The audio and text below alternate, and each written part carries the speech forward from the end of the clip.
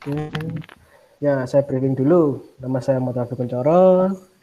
Sekarang saya akan melakukan skenario pembelajaran micro teaching dengan mata kuliah kebiasaan dalam tab. Yang jelas ini PT, yaitu perguruan tinggi. Ya, kita mulai saja. Ya, Assalamualaikum warahmatullahi wabarakatuh semuanya. Waalaikumsalam Waalaikumsalam warahmatullahi wabarakatuh, warahmatullahi Pak. wabarakatuh. Ya, selamat siang rekan-rekan. Jadi, bagaimana kabarnya hari ini? Selamat siang, Pak. Baik, Pak. Alhamdulillah baik, Pak. Ya, alhamdulillah. Semoga semuanya dalam keadaan sehat walafiat dan dapat mengikuti perkuliahan kewirausahaan dalam tab dengan lancar.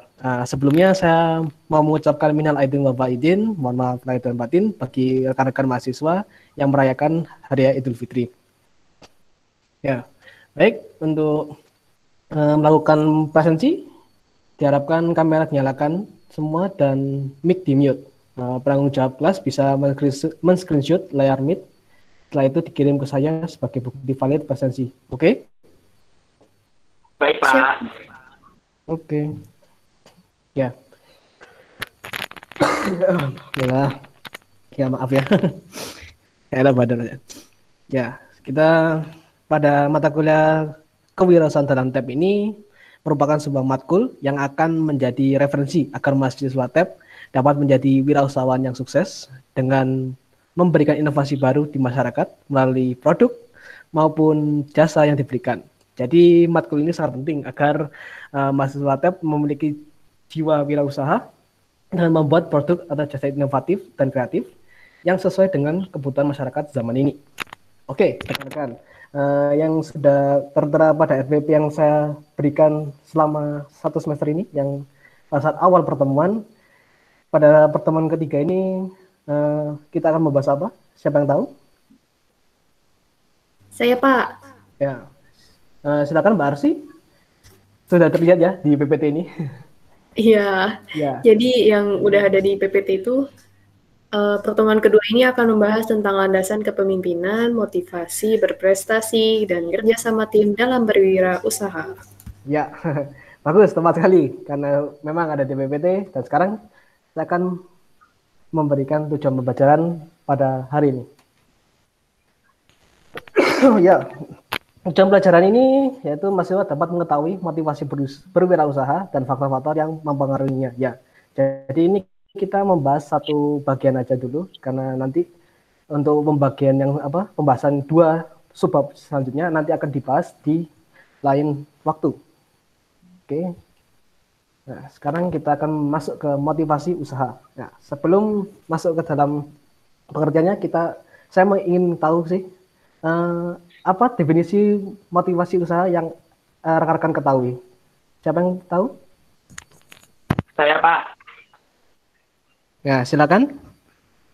Jadi motivasi berwirausaha itu adalah gaya penggerak dalam diri seseorang untuk melakukan aktivitas berwirausaha demi mencapai tujuan wirausaha. Seperti itu, Pak. Nah, ya. Ya, terima kasih Mas Rian. Ya. Bagus penjelasannya. Jadi saya akan lengkapi lagi dengan definisi yang saya ketik di PPT-nya.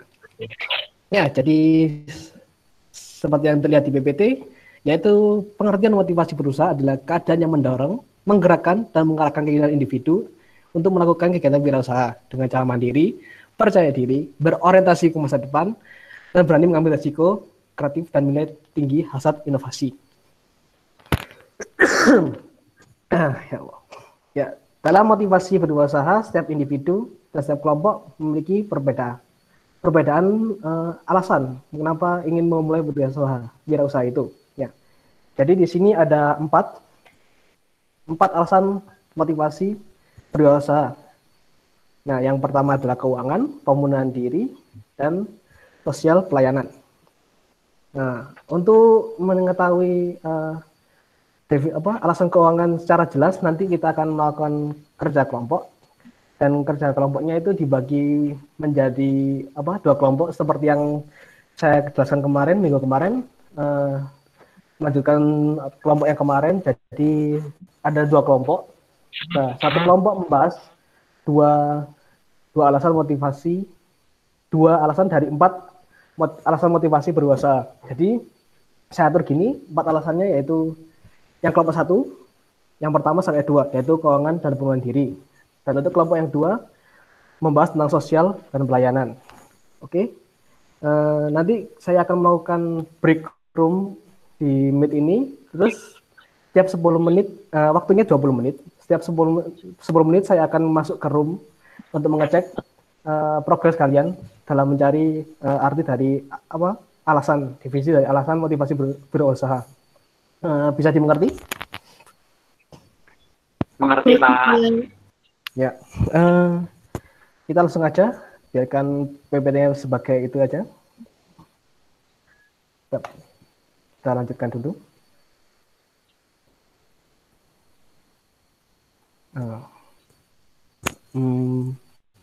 Pre-memory.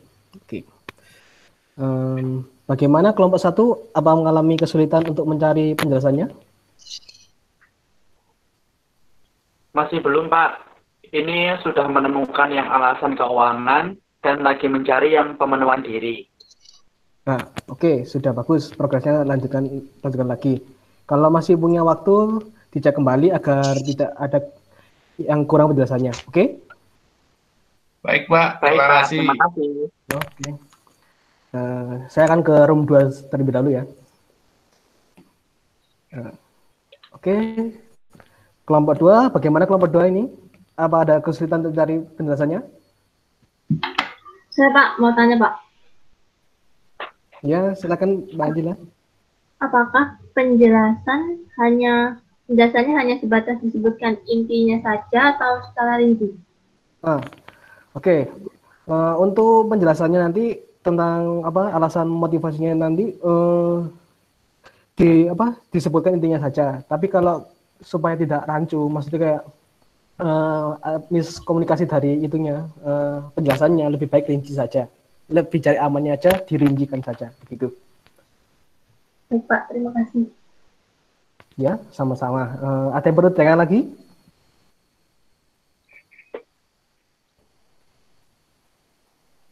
Kalau tidak ada ya udah. Baiklah, jika masih ada waktu, dicek lagi agar tidak ada yang kurang pada saat penjelasannya itu. Dicek lagi ya, oke? Pre-memory. Ya, silakan. Baik, sekarang silakan kelompok 1, kelompok 2, perwakilannya menyampaikan hasil diskusi ke teman-temannya. Untuk kelompok 1, dipersilakan maju duluan untuk menyampaikan hasil diskusinya. Baik Pak, saya dari kelompok 1 akan menyampaikan hasil diskusi mengenai contoh pertama motivasi berusaha, yaitu keuangan. Jadi alasan ini didasari oleh keinginan untuk mencari pendapatan tambahan, sumber nafkah, memperkaya diri sendiri maupun kelompok, dan jaminan stabilitas keuangan. Selanjutnya untuk contoh motivasi berusaha yang kedua akan disampaikan oleh Ivanda. Ya, terima kasih katanya. Saya Ivanda dari kelompok 1 akan menyampaikan hasil diskusi kelompok mengenai contoh kedua motivasi berwirausaha, yaitu pemenuhan diri. Jadi alasan ini didasari oleh keinginan seseorang untuk mencapai tujuannya, untuk menjadi lebih produktif, memanfaatkan kemampuan pribadi, serta menghindari sifat ketergantungan kepada orang lain. Gitu, Pak. Baik, terima kasih kelompok 1 untuk pembahasannya. Jadi apa yang telah disampaikan kelompok 1 sudah jelas. Dan itu untuk penjelasan mengenai motivasi yang pertama, yaitu keuangan, sudah sangat rinci dan diperjelas lagi. Terima kasih untuk kelompok 1. Ya. Nah, selanjutnya untuk kelompok 2, dipersilakan perwakilannya menyampaikan hasil diskusinya. Baik, terima kasih Pak. Saya Arsi dari kelompok 2 akan menyampaikan hasil diskusi kelompok mengenai contoh motivasi berwirausaha, yaitu sosial. Untuk alasan ini, maksudnya individu ingin memperoleh status di masyarakat, dapat dikenal oleh orang banyak atau terkenal, bertemu dengan orang banyak yaitu halayak umum, dan terakhir, ingin menjadi panutan bagi orang yang belum merintis atau masih memulai rintisan usaha. Selanjutnya, untuk contoh motivasi berusaha yang kedua akan disampaikan oleh teman saya, yaitu Ancila. Baik, saya Ancila dari kelompok 2 akan menyampaikan hasil diskusi kelompok mengenai contoh motivasi berwirausaha yaitu pelayanan. Jadi alasan ini didasari oleh keinginan individu untuk memberi lapangan pekerjaan bagi orang yang membutuhkan pekerjaan, membantu dalam kegiatan sosial seperti santunan bagi anak yatim dan korban bencana, serta membuat masa depan keluarga jauh lebih baik. Ya, terima kasih untuk kelompok 2 untuk pembahasannya. Jadi apa yang telah disampaikan kelompok 2 tadi sudah jelas. Ada catatan tadi kelompok 2, saya lihat di kelompoknya tadi ada yang baca buku sendiri, kayak bukunya bukan buku pelajaran. Tolong ya, ini ini kelompokan tapi nilainya tetap individu. Jadi jangan menganggap bahwa kelompokan ini hanya dinilai secara kelompokan. Jadi saya juga menilai secara individu. Mengerti kelompok 2? Baik, Pak. Terima kasih atas penjelasannya. Pak. Oke. Jadi saya lanjutkan lagi, saya presentasikan dulu.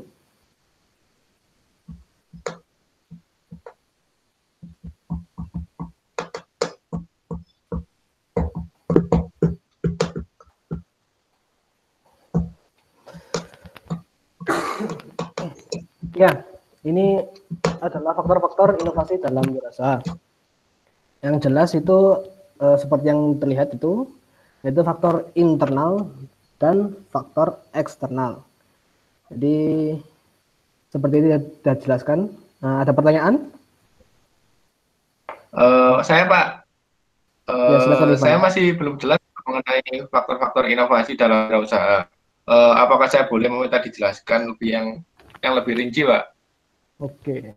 Ya, baik. Terima kasih, Mas Imanda. Jadi saya akan jelaskan faktor-faktor inovasi dalam wirausaha yang bagian internal dulu.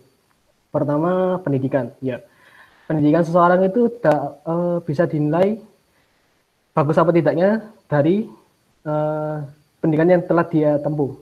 Contoh, misalnya orang yang memiliki pendidikan SMA jauh lebih baik daripada orang yang pendidikan lulusan SD. Jadi lebih karena mentalnya sendiri. Ya, mental dari orang pendidikan. Terus pengalaman yang didapat oleh individu, saya tidak akan jelaskan karena pengalaman selalu didapatkan setiap saat. Dan nilai yang ada di nilai yang ada di keluarga. Maksud dari nilai yang ada di keluarga ini lebih ke arah kayak faktor keluarganya, seperti keluarganya, apakah keluarganya itu lebih masih kurang ini dalam artian kurang mencukupi untuk kebutuhan hidupnya. Jadi kita memiliki kayak semangat untuk mengubah keadaan keluarga ini. Oke. Ya, sekarang eksternal. Jadi eksternal ini di faktornya itu adalah aktivitas maupun organisasi. Ya, aktivitas dan organisasi ini menjadi salah satu acuan yang paling penting karena kita bisa saja mendapatkan ide wirausaha dari organisasi atau aktivitas yang kita lakukan. Contoh, misalnya koperasi. Ya, kita melihat koperasi sebagai sebuah wirausaha tapi berbasis tetap koperasi. Kita memiliki ilmu, yaitu kita dapat melakukan wirausaha yang menguntungkan bagi organisasi maupun dari kita sendiri. Nah, selanjutnya kita yaitu peluang di masyarakat. Nah, ini untuk peluang di masyarakat ini lebih ke arah kita melihat atau meninjau kebutuhan masyarakat saat ini dengan skill yang kita miliki, kita gabungkan dan menjadi sebuah produk, yaitu produk inovasi itulah yang dapat diciptakan dan akan jadi komoditi untuk masyarakat. Ya, ini saya memberikan video pembacaan, tapi saya berikan link dan linknya. Jadi untuk sebagai contoh, kunci sukses Bob Sadino, ya, yang dikenal sebagai legend Indonesia untuk entrepreneur. Jadi ini ada linknya dan contoh ininya bisa di screenshot. Untuk maaf. bisa di screenshot, jadi bisa dicek sendiri dan dilihat sendiri di YouTube. Saya sudah juga punya satu, jadi saya play saja. Ini contoh kebiasaan muda di Indonesia ya. Oke, maaf.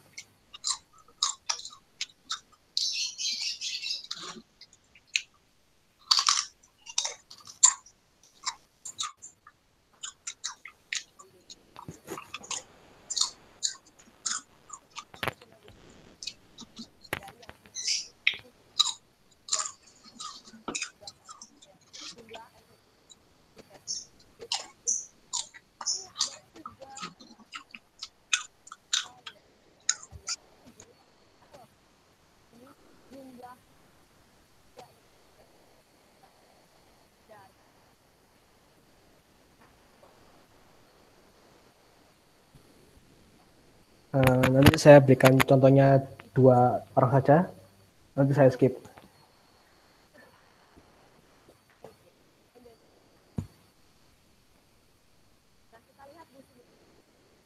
Nah, dijelaskan di sini juga.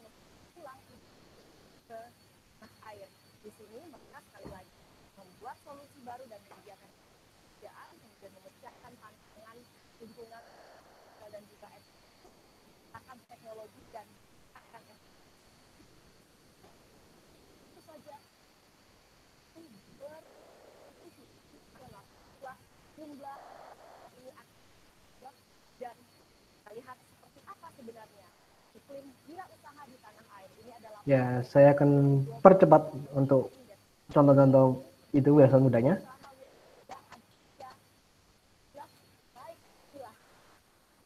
Nah, seperti ini.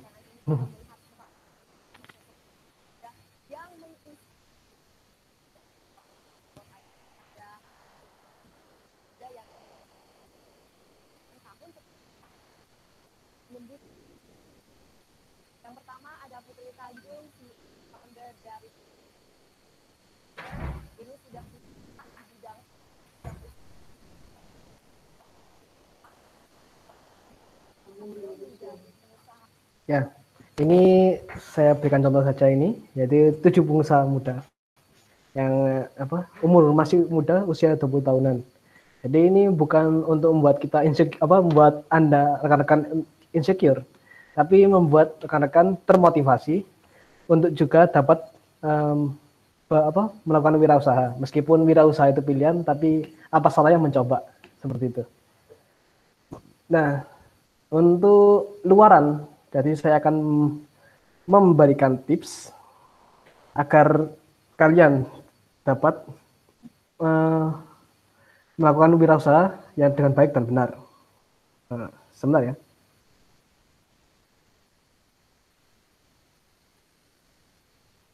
Oke. Ya, saya akan membagikan tipsnya tanpa saya melihatnya dari HP. Tipsnya ada di HP, Bang. Ya, jadi yang pertama, wirausaha itu harus bisa ambil risiko besar. Jadi kita tidak peduli risiko besar dulu, kita peduli prosesnya. Ya. Yang kedua, berpikir realistis akan keinginan. Jadi kita berpikir itu secara realita. Jangan berpikir kayak kita mengorbankan untuk mendapatkan hal-hal yang tinggi, tapi dengan kemampuan kita yang sekarang, kita terus saja berpikir untuk mendapatkan hal-hal yang ada di atas sana. Kita harus berusaha standar dengan kekuatan kita sendiri, dan jika memang ingin mendapatkan hal yang ada di atas, lebih baik berusaha saja. Ya. Terus yang keempat yaitu menghargai pelanggan. Ya, pelanggan bisa saja menjadi teman baik Anda dan bisa menjadi reviewer dari produk Anda. Jadi hargailah pelanggan Anda. Terus baik dan adil kepada anak buah Anda. Jadi jika Anda memiliki anak buah pada saat berwirausaha, jangan membuat ada salah satu karyawan menjadi anak emas. Jangan. Kita jangan menganak emaskan satu orang, tapi kita harus pukul rata semua. Jadi kita tidak memandang satu karyawan itu istimewa. Dan selanjutnya adalah kondisi pada saat kondisi susah, maksudnya kayak seret-seret kayak pandemi ini kan kondisinya susah, masih tetap bisa survive. Jadi dalam berwirausaha itu kita dapat disebut hebat itu karena kita dapat survive pada saat jatuh-jatuhnya, pada saat kita down. Dan yang terakhir adalah percaya diri dan punya semangat untuk maju. Ya, itu yang penting. Baik, untuk pertemuan kali ini sampai di sini terlebih dahulu. Mungkin ada satu orang yang ingin melakukan resume untuk pertemuan kali ini. Saya, Pak. Jadi, untuk pembelajaran hari ini dapat disimpulkan bahwa motivasi berwirausaha ada 4, yaitu alasan keuangan, pelayanan, pemenuhan diri, dan sosial. Inovasi kewirausahaan ada 2, yaitu faktor internal dan eksternal, serta pemberian tips agar dapat menjadi wirausaha yang baik dan sukses. Oke, terima kasih Mbak Angela. Jadi rangkuman tadi yaitu kita berusaha harus melihat alasan kita untuk berusaha. Jadi 4 itu, yaitu yang pertama tadi adalah keuangan, terus pemenuhan diri, sosial, dan pelayanan. Terus kita harus mengetahui faktor-faktor yang kita miliki, yaitu tadi faktor eksternal dan internal yang sudah saya jelaskan tadi, untuk mendongkrak kita untuk mengetahui apa yang dibutuhkan masyarakat dan apa yang bisa kita kontribusikan kepada masyarakat. Ya, sekian materi yang bisa saya sampaikan pada hari ini. Berjumpa lagi minggu depan. Jadi untuk tugasnya nanti ada di Sepejar. Jadi tenang aja, di Sepejar itu tugasnya di kelompok. Jadi kelompoknya tetap ya. Sekian, terima kasih. Kurang lebihnya mohon maaf. Wassalamualaikum warahmatullahi wabarakatuh. Waalaikumsalam warahmatullahi wabarakatuh. Terima kasih. Quotes-nya nggak ada, Pak. Quotes of the day. Berasa Mario Teguh ya? Observer. Oke, saya dari observer pertama, observer keterampilan mengelola kelas. Untuk Saudara Raffi, semuanya sudah mencakup, sudah bagus. Lanjutkan. Terima kasih Mbak Raffi. Saya dari observer keterampilan membimbing diskusi kelompok. Semua komponen sudah terpenuhi, tetapi untuk komponen memberikan petunjuk secara jelas, itu masih bisa lebih dispesifikasikan, lebih didetailkan lagi petunjuk-petunjuknya, mungkin menggunakan metode apa dalam diskusi tersebut, seperti itu. Kemudian untuk menutup diskusi, itu sudah ada, tetapi masih kurang jelas dipaparkan bahwa diskusi itu telah ditutup. Jadi tadi kan ada diskusi kelompok, kemudian kan diskusi kelompok ditutup, lalu didiskusikan kembali di forum yang lebih besar, di forum kelas. Jadi mungkin bisa dipaparkan secara detail untuk penutupan diskusi, seperti itu. Mungkin ada feedback? Terima kasih Mas. Tidak ada. Oke. Semangat.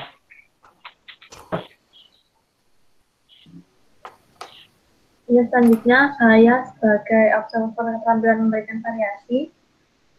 Raffi sudah sebagian besar sudah terpenuhi. Hanya saja yang masih kurang itu adalah variasi mimik wajah dan pola interaksi. Ya, untuk penggunaan media dan bahan ajar, sebenarnya tadi kan sudah ada video ya, cuman apa ya, kurang lancar gitu. Oh Suaranya iya. nggak jelas. Ya, itu saja. Ya. Terima kasih. Ya.